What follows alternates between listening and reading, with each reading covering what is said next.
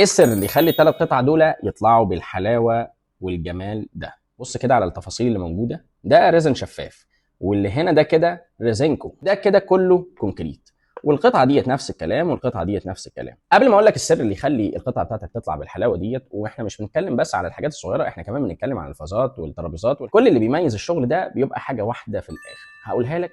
بس عايزك تعرف الاول ان احنا دلوقتي ما بقيناش نشتغل كونكريت لوحده، وما بقيناش نشتغل ريزن صافي.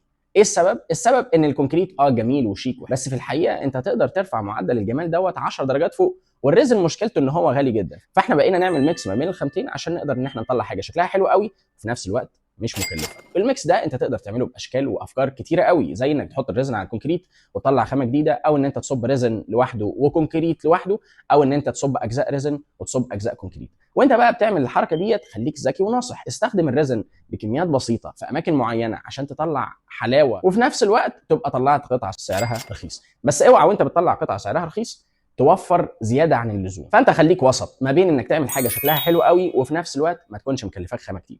السر بقى اللي بيخلي الحاجات تطلع شكلها حلو قوي كده زي ما انت شايف هو التناسق.